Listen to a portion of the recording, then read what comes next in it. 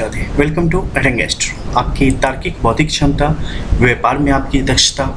जीवन में सही समय पर सही निर्णय ले पाने की क्षमता और अपने फ़ायदे के लिए चीज़ों को बेहतर तरीके से इस्तेमाल कर पाने की क्षमता। बुद्ध जब आपके लिए बेहतर होता है तो इन चीज़ों को आप बेहतरीन तरीके से कर पाते हैं। देखो, बुद्ध का ये पर्वत क्षेत्र आपके लिए अत्यधिक महत्वपूर्ण है। आपके बुद्धि विवेक, आपकी बौद्धिक क्षमता, तर्क क्षमता, इन सारी चीज़ों का प्रतिनिधित्व करता है और इनकी बेहतरीन स्थिति में आप अपने जीवन की सर्वोच्च स्थिति को प्राप्त करने में समर्थ होते चले जाते हैं। यहाँ पर बहुत सारे चिन्ह होते हैं जो कि स्पष्ट तौर पे बताते हैं कि जीवन में कब किस तरीके से आपका विकास होगा, कब किस तरीके से आप अपने जीवन में आने वाली चुनौतियों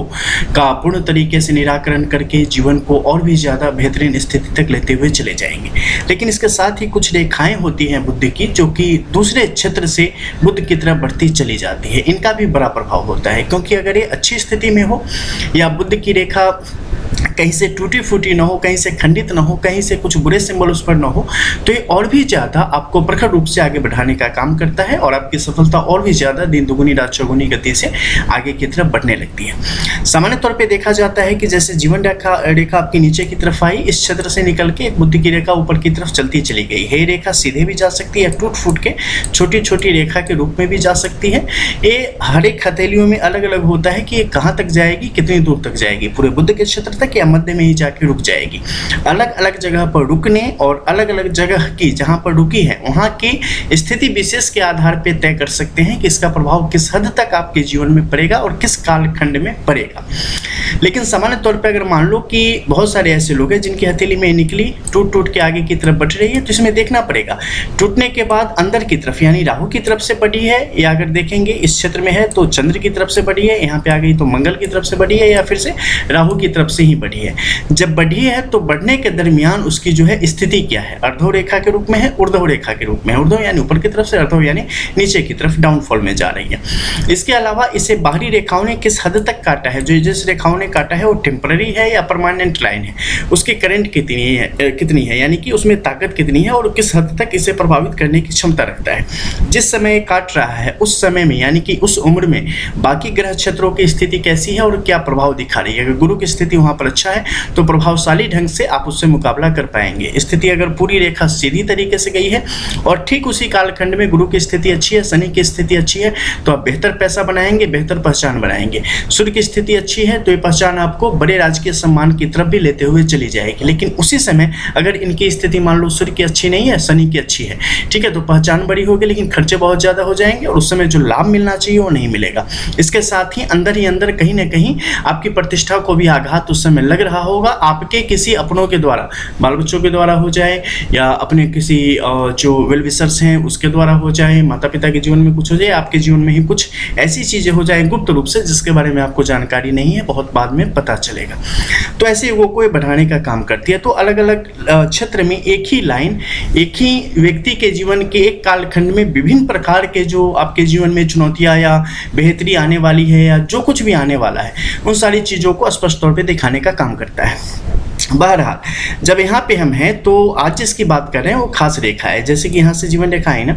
अब बुध की रेखा जैसे कि भी मैंने बताया यहाँ से सामान्य तौर पे निकलती है, या कुछ हथेली में देखेंगे कि भाग्य रेखा केतु के क्षेत्र से निकली है और इस रेखा से मिलते हुए आगे की तरफ बढ़ती हुई चली जाती है। ये भी टूटी फूटी खंडित अवस्था में हो सकती है या पूरी सीधी अवस्था में हो सकती है या नहीं भी हो सकती है। लेकिन एक अन्य स्थिति है जिसमें आप देखेंगे कि यहाँ पर जीवन रेखा आई है, कोई भाग्य रेखा की स्थिति यहाँ पर नहीं बनी है और बिल्कुल इससे अलग यानी कि स्वतंत्र रूप से एक रेखा निकल के ऊपर की तरफ बढ़ती चली गई है। जब भी इस क्षेत्र से रेखा निकलेगी और बुध के क्षेत्र में जाएगी, चाहे वो जीवन रेखा से संपर्क में हो, चाहे वो भाग्य रेखा से संपर्क में हो, चाहे वो चंद्र के क्षेत्र से संपर्क में हो, और बुध की रेखा ही कही जाएगी और उसी का पूर्ण प्रभाव, उसी दायित्व के साथ, उसी शक्ति के साथ वो आगे आपके जीवन को एक तरीके से संबंध करने का काम करेगी और आपके जीवन में उसका प्रभाव आएगा। तो जब भी ये स्वतंत्र रूप से बढ़े, चंद्र के क्षेत्र से बढ़े, चंद्र का क्षेत्र बेहतर स्थिति में हो और बुध की रेखा अच्छी तरीके से ऊपर बढ़ रही हो, कहीं टूटी फूटी ना हो, किसी बुरी रेखा ने इसे, जैसे यव रेखा ने, जैसे क्रॉस के साइन ने इसे कहीं भी न छुआ हो, बुध का ये पर्वत क्षेत्र अच्छी स्थिति में हो, तो ये रेखा इतनी बलशाली है कि ये व्यक्ति को कहाँ लेके जाएगी इसका आप अंदाजा भी नहीं लगा सकते। एक रोड के बंदे को ये इंडस्ट्रियलिस्ट के रूप में या औद्योगिक क्षेत्र में या बिजनेस के क्षेत्र में ये बहुत बड़ी ऊंचाई तक पहुंचा देती है, बिल्कुल समझ लो रंग को राजा बना देती है, ऐसी स्थिति आ जाती है। ऐसे लोगों को कभी भी किसी छोटे कार्य में अपने आप को नहीं फंसाना चाहिए, किसी नौकरी में भूल के भी नहीं फंसाना चाहिए, अपने आप को पूर्ण तौर पे व्यवसाय को समर्पित कर देना चाहिए, अपनी बुद्धि बल को समर्पित कर देना चाहिए, और जो मन में है जिसके लिए आप बने हैं उसके लिए तन मन धन से लग जाना चाहिए, क्योंकि आप कभी पीछे नहीं आएंगे, कभी आपके जीवन में जो है ना वो निराशा नहीं आ सकती है। आप सिर्फ सफलता और बहुत बड़ी सफलता के लिए बने हैं, जिसके अंदर में 10,000, 20,000 और 50,000 लोग काम करें, जो कि मतलब बहुत ज़्यादा जिसे कह सकते हैं रोजगार सृजित करने का काम करें, सृजन करने का काम, ऐसी स्थिति को दिखाता है। ये आपके जीवन में बहुत बड़े बदलाव को दिखाता है, जिसके बारे में कई दफ़े आपके पास शब्द नहीं हो सकते, आप सोच भी नहीं सकते, ऐसी स्थिति को ये लेके जाता है। अब सवाल उठेगा कि अगर भाग्य रेखा उस समय नहीं है तो भी क्या ऐसी स्थिति आती है? बिल्कुल। अगर आपके प्लैनेट्स की यहाँ की मूवमेंट सही तरीके से चल रही है, बुध का है बिल्कुल प्रखर स्थिति में, बिल्कुल तेजस्वी स्थिति में यहाँ पर उपस्थित है, उस समय अगर आपकी भाग्य रेखा नहीं है तो इसे गलत मत मानना, क्योंकि भाग्य रेखा की भी शक्ति उस समय इसी में समाहित होगी और ये उसी प्रकार से काम करेगी, डबल शक्ति लेके काम करेगी, ठीक है। और जैसे ही ये चंद्र के क्षेत्र से निकली है, मन पर बहुत बड़ा काबू होगा जातक का, बड़ा जो है नियंत्रण होगा जातक का यहाँ पर, और ये आपको मतलब समय का जो सही सदुपयोग होता है ना, समय का जो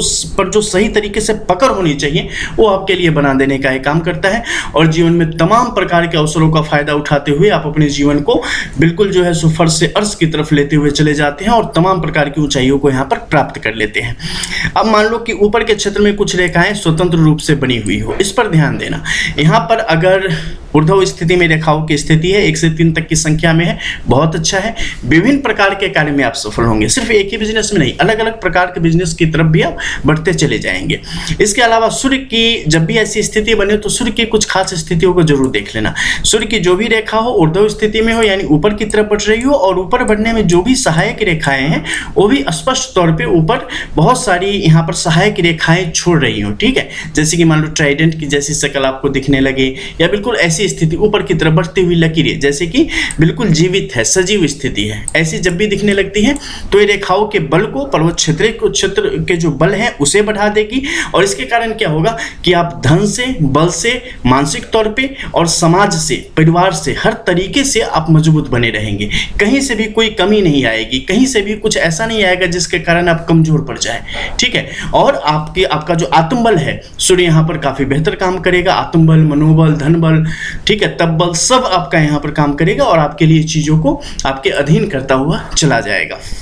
गुरु की स्थिति जितनी अच्छी रहेगी उतने ज़्यादा आपको सही लोगों का और काम के लोगों का सपोर्ट यहाँ पर मिलता चला जाता है, और आपकी पहचान बनती चली जाती है, लीडरशिप क्वालिटी जो आपके अंदर है वो बिल्डअप होती चली जाती है, और जीवन को बेहतरीन तरीके से आप आगे बढ़ते चले जाते हैं। अब इसी के मध्य में चूंकि ये बाहर की तरफ से निकली है, मस्तिष्क रेखा की स्थिति कैसी है इसे भी देखा जाना चाहिए। अब 2 स्थिति यहाँ पे बनती है। मान लो मस्तिष्क रेखा बिल्कुल अलग से निकल के चल रही है, ठीक है, जीवन रेखा से उसका कोई संबंध नहीं है, अलग से निकल के चल रही है। ऐसी स्थिति में कई बार क्या होगा कि लोग आपके विरोध में चले जाते हैं, कि आप अपने मन से फैसले लेते हैं, बिल्कुल अलग फैसले लेते हैं, जब जो मन आता है जिसको बोल देते हैं, कुछ भी कर देते हैं, बिल्कुल स्ट्रेट फॉरवर्ड है। ऐसी सिचुएशन में कभी भी किसी के हिसाब से चलने की कोशिश मत करना, नहीं तो आपकी सारी शक्तियां धरी की धरी रह जाएगी, सारी काबिलियत धरी की धरी रह जाएगी। आप जो चाहते हो, जैसे चाहते हो, अपने आइडियाज के अनुसार ही जीवन में आगे बढ़ना। अब मान लो किसी की जीवन रेखा के साथ आगे की तरफ बढ़ रही है, उस समय भी जो आपका विचार है उसी के साथ आगे बढ़ना, सुनना सबकी, करना अपने मन की हमेशा,